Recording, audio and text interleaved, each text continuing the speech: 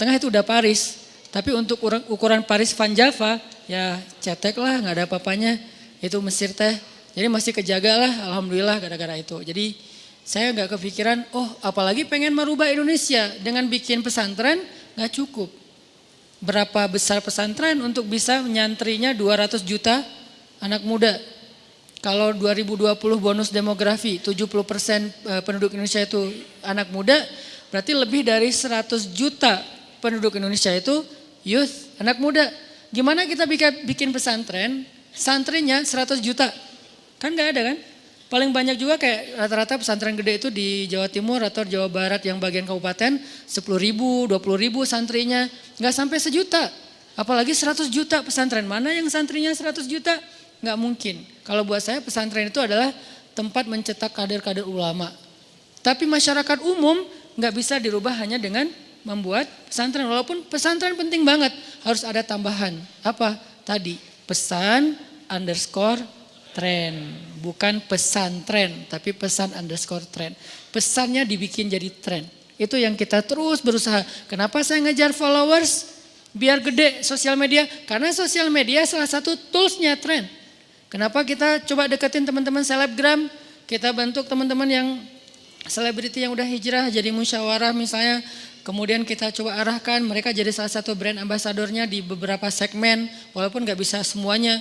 Terus kita bentuk lagi beberapa, kayak kemarin kita coba kerjasama dengan teman-teman Sapma Pemuda Pancasila. Pas di Palu tujuannya apa? Itu salah satu tools tren itu adalah social base, basis sosial. Dan itu harus kuat. Sehingga ketika banyak basis sosial yang bisa bareng dengan kita ikut membangun Indonesia lewat dakwah, siapa tahu nanti ketika konten itu dikeluarkan dari masjid, kan produsen konten itu masjid harusnya ya. Produsen konten tren harusnya masjid. Begitu produk tren itu dimunculkan di atas mimbar para ulama, langsung diramein di antara komunitas, di antara sosial, basis sosial. Kayak misalnya sekarang kita coba dekat sama teman-teman anak mobil misalnya.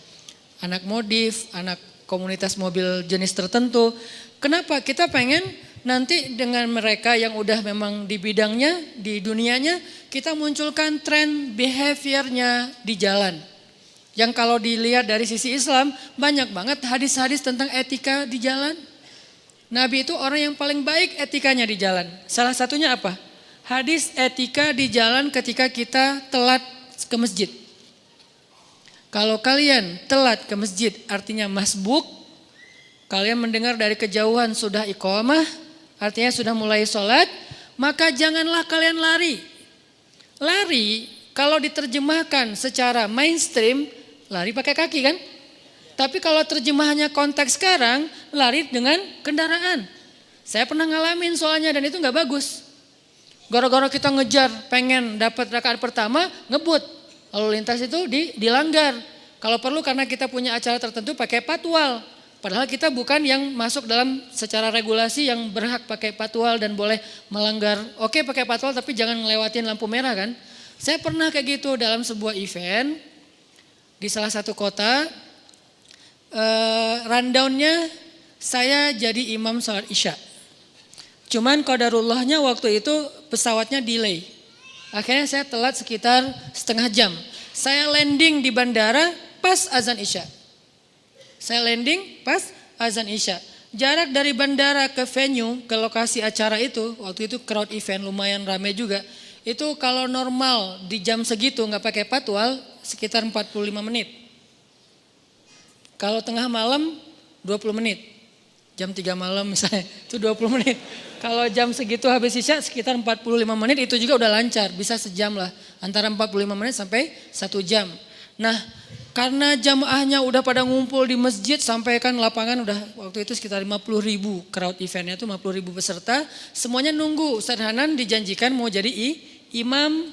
Nah dijemputlah saya sama panitia. Di belakang mobil Alphard itu ditulis La ilaha illallah terus nama event.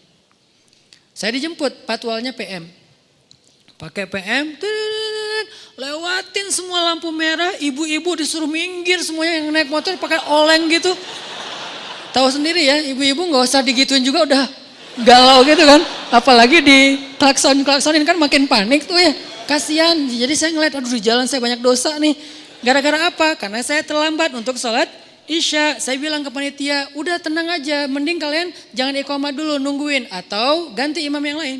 Kalian punya dua pilihan, cari imam yang lain, pasti ada di situ banyak yang pro-pro gitu kan ya. Kalau enggak pun, bukan karena enggak ada yang pro, mungkin karena mereka pengen saya yang imamin, ya udah tunggu. Menunggu imam, menunggu sholat, apalagi sholat Isya yang memang lebih baik itu malah makin ditakhirkan makin bagus dengan batas waktu terakhirnya tengah malam, itu malah lebih bagus gitu. Dan ini bagian dari dakwah. Jadi dakwah itu bukan cuma saya ceramah di atas stage. Apa yang kita alamin dalam proses event ini itu bagian dari dakwah untuk edukasi jamaah. Tungguin saya bilang. Antara dua, cari pro imam di situ, pasti banyak yang mungkin udah biasa ngelit crowd misalnya, dia kayak udah bagus, atau tunggu saya tapi saya nggak mau buru-buru. Oh enggak Ustaz nih, kasihan jamaah segala macam. Akhirnya dia tetap nggak mau dengar nasihat saya. Terus aja saya ngelihat banyak wajah-wajah yang di jalan itu sebel sama mobil kita. Dan yang bikin saya paling feeling guilty itu apa? Bukan sayanya, karena saya nggak kelihatan dong. Udah gitu kacanya kan Alphard bisa dipakai horden kan ya, horden 2 lapis. Biar nggak kelihatan gitu. Pasti nggak tahu kalau itu di dalamnya saya. Kalau nggak pasti unfollow rame-rame tuh. Kegeeran. Jadi nggak tahu sayanya. Yang saya feeling guilty banget itu bukan sayanya. Di belakang itu ada tulisan La ilaha illallah. Membawa tulisan ini bukan sekedar gaya-gayaan. Ini amanah. Karena kalimat ini kalimat mulia. Jangan dihinakan dengan perilaku kita. Makanya teman-teman yang senang pakai simbol ini di belakang mobil, di motor, berarti ada tanggung jawab lebih yang pakai kalimat ini dibandingkan yang nggak pakai. Bukan berarti kalau gitu dicopot aja Ustadz. Ya terserah, itu mah pilih.